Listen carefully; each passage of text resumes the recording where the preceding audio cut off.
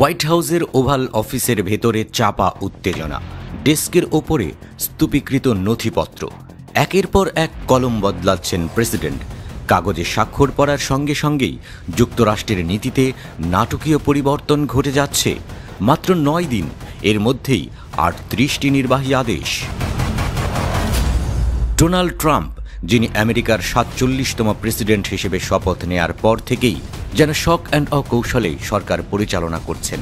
এক্সিওসের এক বিশ্লেষণ বলছে, এই মাত্রার নির্বাহী আদেশ আধুনিক মার্কিন ইতিহাসে নজিরবিহীন। ট্রাম্প ইতিমধ্যেই ছাড়িয়ে গেছেন আগের সব প্রেসিডেন্টদের।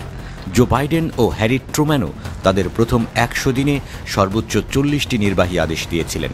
কিন্তু ট্রাম্পের হাতে এখনও 2 মাসের বেশি সময় আছে। প্রশ্ন উঠছে, এই গতি বজায় থাকলে কি হবে শেষ পর্যন্ত? কিসের উপর নির্বাহী আদেশ দিচ্ছেন ট্রাম্প? ট্রাম্পের নির্বাহী আদেশগুলো বিস্তৃত পরিসরের নীতি পরিবর্তন করছে। অভিবাসন। আমেরিকায় জন্ম নিলেই নাগরিকত্ব নয়, এই নীতি বাস্তবায়ন করতে এক নির্বাহী আদেশ জারি করেন ট্রাম্প। তবে ফেডারেল আদালত এটিকে স্পষ্টত অসাংবিধানিক ঘোষণা করে স্থগিত করেছে। বাণিজ্য ও জ্বালানি। আমেরিকার তেল ও কয়লা উৎপাদন বাড়ানোর জন্য কঠোর নীতিমালা তুলে নেয়ার নির্দেশ এসেছে।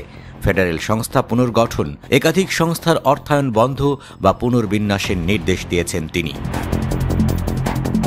কিন্তু এই নির্বাহী আদেশগুলো কি টেকসই? বিশ্লেষকরা বলছেন, এত দ্রুত এত বেশি নির্বাহী আদেশ জারি করার ফলে আইনি জটিলতা তৈরি হবে। এক্সিওসের বিশ্লেষণে বলা হয়েছে, ট্রাম্প এখনও তার ক্ষমতার সীমা ঠেলে দিচ্ছেন, যা কংগ্রেস ও আদালতের সঙ্গে সংঘর্ষে রূপ নিতে পারে। সিনেটর বার্নি স্যান্ডার্স বলেন, ট্রাম্প যদি আইন পরিবর্তন করতে চান তাহলে কংগ্রেসে প্রস্তাব আনুন, কিন্তু সংবিধান লঙ্ঘন করার অধিকার তার নেই, তিনি রাজা নন।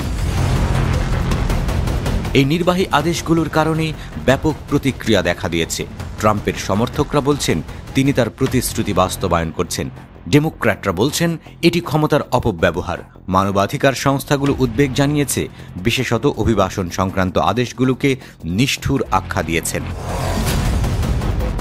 এখন প্রশ্ন, এই নির্বাহী আদেশগুলোর কতগুলো বাস্তবে কার্যকর হবে আর কতগুলো আইনি লড়াইয়ে আটকে যাবে?